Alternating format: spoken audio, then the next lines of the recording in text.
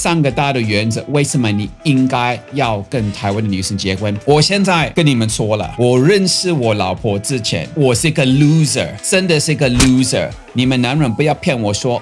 个性很重要，个性是后面重要，没有错。当你们真的要在一起的时候，嘿，大家好，我是 Justin 教授，今天的题目又是一个非常重要的，可能你们最近有看到新闻，我的一个影片关于为什么不要跟台湾的女生结婚，大概200多万个人看。那今天我想要公开一些事情关于这个东西，因为呢，有的观众或是不认识我，好像误解我的意思，因为我的老婆对我比较严格一点。那为了救了我自己的命，还有一些其他的男人，我现在想要讲3个大的原则，为什么你应该要跟台湾的女生结婚。其实应该这样说了，为什么台湾的女人是全世界最好的。布丁，你可以不要叫吗？好了，对不起各位，我把布丁放下去，他受不了了。有3个理由，为什么我觉得跟台湾的女生结婚是最聪明的选择。第一个，最肤浅的就是外表；第二个，成熟度；第三个，女强人。那我知道对我的女性观众，这个3个可能听起来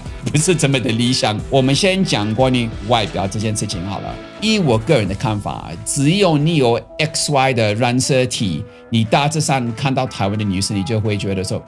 这个外表很不错。那有的人可能会说，Justin 教授，你怎么敢说外表是这么重要？那我就问你们啊，你愿意出去穿个垃圾袋当你的衣服吗？一样啊，我们可以放一些暖的衣服在下面，你外面包一个垃圾袋。当然没有啊，你一定想要穿漂亮的衣服。就像我去卢浮宫或是什么一个博物馆，我去看一些艺术品，我觉得这个画很漂亮，这不对吗？也没有啊，所以我就把台湾的女生当作是一幅画嘛。那当然，因为我现在是结婚的哈，我这些画是要看的有一点一个过滤啊，这个过滤是说你们不属于我的，但是必须承认啦，台湾的女生是特别好看，尤其是你可能已经50、60岁，那你老婆可能45岁、50岁，如果你跟我一样幸运，你老婆比较年轻，但是 even 你老婆是比较年纪大，你老婆50岁，那你去国外旅行的时候呢，就是会警察过来，就是问说，你是不是在诱拐啊？因为台湾的女生就是不老化嘛，就不会变 old。他们一直维持年轻很久。亚洲的女生好像就是跟太阳做比赛，看说谁会先灭掉了哈。反正呢，以外表来讲，亚洲女生真的很赞，尤其是台湾的。我现在不讲亚洲，我就是针对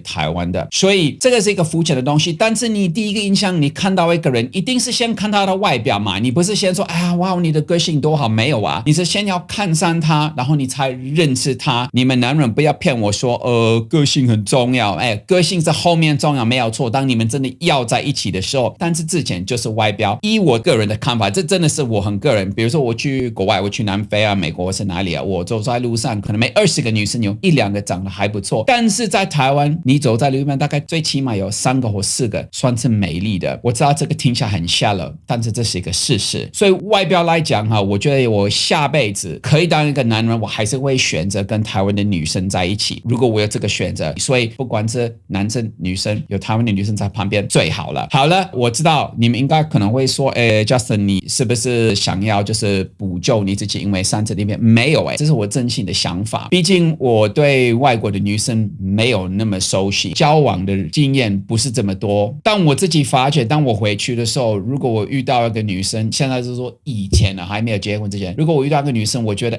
她比较像台湾人，我就会更喜欢。什么叫做比较像台湾人？这就有点难形容。其实我可以形容，等等我就会形容。好了，所以外表第一嘛。我现在跟你们说了，我认识我老婆之前，我是一个 loser， 真的是一个 loser。怎么说呢？你可能会说，可是你不是练的功夫不错吗？然后也有不错的学历啊。我还是一个 loser。台湾的女生会让台湾的男生很有成就感。第一个啊，你看这么漂亮的女生还愿意跟你坐在一起，那我们必须承认，我们台湾的男生，包含我自己啊，如果我们要跟我们的女人比的话，我们真的是不太能够比较。以外表来讲，我们呢，我们就是偏 ugly 啊，他们就是偏漂亮，所以我们跟他们走在一起，在路边，人家会说，哇塞，这个男生应该一定是有什么特质，这么美的女生会选择这么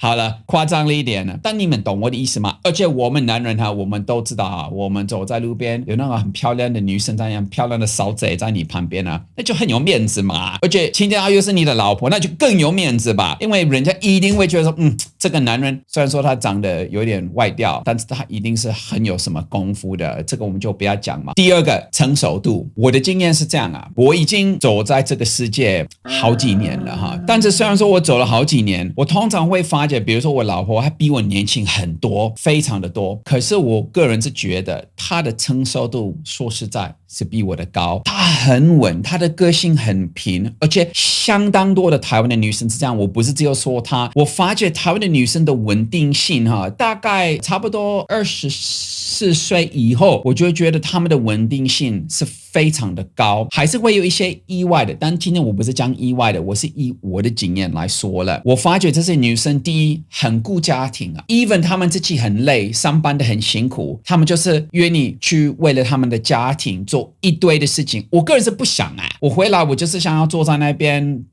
我是不能打电动，但是我就想要做我自己的事，可是不会啊。我太太回来，她马上会煮饭呢，even 她也是整天上班。虽然说我们俩都是整天上班，她就是会做这些东西，不是只有她的，很多台湾的女生、台湾妈妈不一定要妈妈。even 就是太太就是这样，所以有的人会说，他们有什么公主病啊，或者什么的，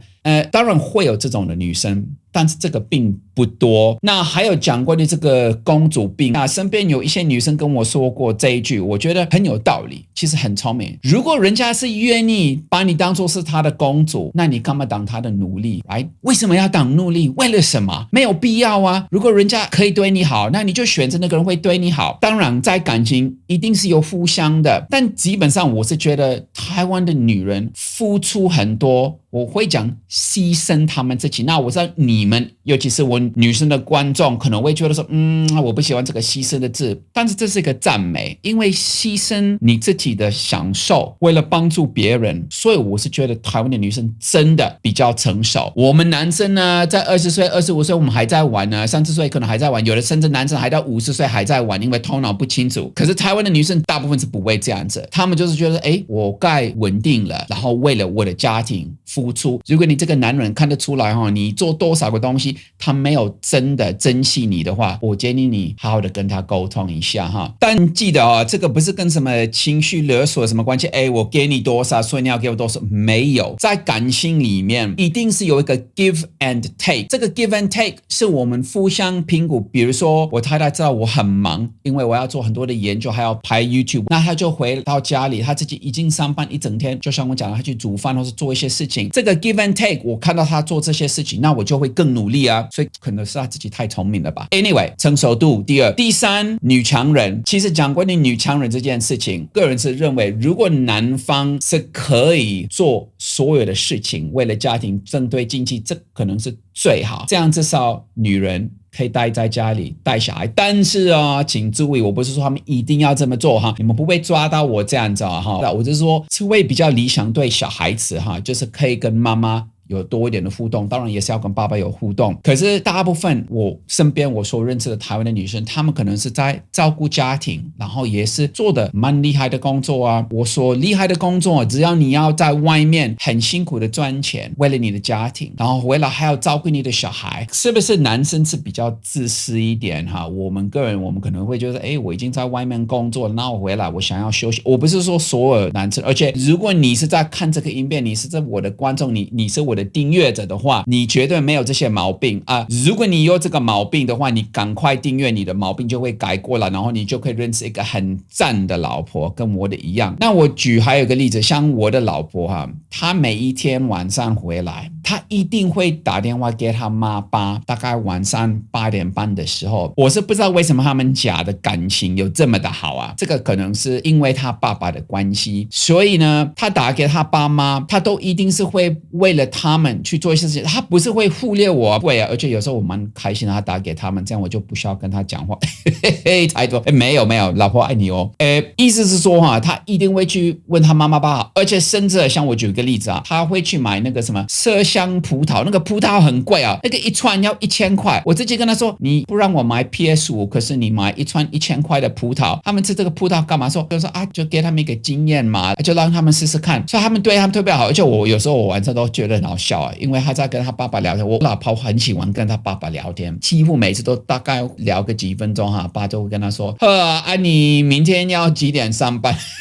他爸的意思是说，我差不多讲够了，我想要去看电视或是看 YouTube， 要看你的老公拍的影片，反正就是很顾家庭的。我觉得台湾的女生真的很顾家庭。OK， 好了，我一定要讲一件事情，不要误解啊，西方的人也是很顾他们的家庭。西方的女人，像我自己的妈妈，我真的觉得我自己的妈妈很厉害，因为生我的时候其实蛮辛苦的，所以我不是说西方的女人是不会做这些事，可是大致上我欣赏台湾女人的做法，温柔。好了，我上次说女人不温柔，我觉得部分是温柔啊，她尤其是她温柔是当你在好好的赚钱给她，她就很没有开玩笑，会有一点温柔啊，但是可能到最后就不温柔。我现在好像在挖一个洞。OK， 好了，反正呢，以我的立场，我结婚了几年，我认识那么多台湾的女生，加上台湾男生，我觉得我们台湾的男人为什么这么好？就是因为台湾的女生，所以我非常的感谢有这么多棒的女人。还有一件很重要的事情，以我们台湾的男生，有时候我们看到外国人来到台湾跟台湾的女生在一起，我们会有一点不开心的嘛但是你们要想这个表示这些外国的男生 IQ 够高，因为他们认得出来，这个台湾的女生是不错。另外一方面，有的男生是说，台湾的女生有公主病，那也不是很好吗？那就让外国人去照顾他们就好了。所以你看，就是 win-win。无论怎么样，一进来的外国人就是 IQ 高，所以他们选台湾的女生；二，台湾的女生有公主病，好吧，给他们养就好了，没得抱怨。那当然，以我一个台湾的男生的角度来讲，各位台湾男生，只要你自己够有智慧，把一个台湾的女生，然后你也是可以让引起别人的羡慕啊！不要忘记了，你在国外的时候，你女朋友或者太太走在你的旁边，所有的其他的西方的男生就是看着羡慕的要命，在流口水啊。有另外一个理由，为什么我拍这个影片？因为好像相当多的人留言在有点变 viral 的那个 video， 就好像在攻击我老婆，说她有公主病等等啊。我是觉得你们是没有真的理解我的意思，不要误解。因为虽然说我是台湾人，我还是有一点西方的幽默在里面，或英国式、美国式的，所以你们可能会不太懂，当我是在 serious 跟开玩笑。看完这个影片，如果你想要更了解关于外国人的幽默，我有开个现场课程，那个课程就会教你关于我们的用法跟幽默性等等的。这个后面有广告，想看就看，不想看没有关系，下面会点一些 link。好，谢谢大家，以上是 Justin 教授的报告，我们下次再见面，拜拜。记得对女人好一点，记得对你的男人更好。教西洋文学比较哲学的教授，竟然也可以教你脏话和色色的话，但母语人士说话的时候，大部分都是用 informal language。这就是为什么你除了学校真的要跟母语人士对话，或看电影、影集、YouTube 等等，你会觉得非常的挫折。我在台湾30年，我教过太多的学生，大部分的学生不太想要开口在别人的前面。我已经解决这个问题。我设计的这一门课，就是为了让你们可以很放心的用英文，不会误解外国人在跟你讲的意思，也会知道如果人家在骂你，就不会在那边说Thank you。别担心，我会教你同句话转成比较日常或是正式的说法。我挑选会出现大量口语用法的 action、comedy、rom-com、stand-up comedy、reality show。课程预计有165个单元，55个小时。募资优惠期间，最多可以剩下2373元。没有人敢教的英文，教授带你有深度的学。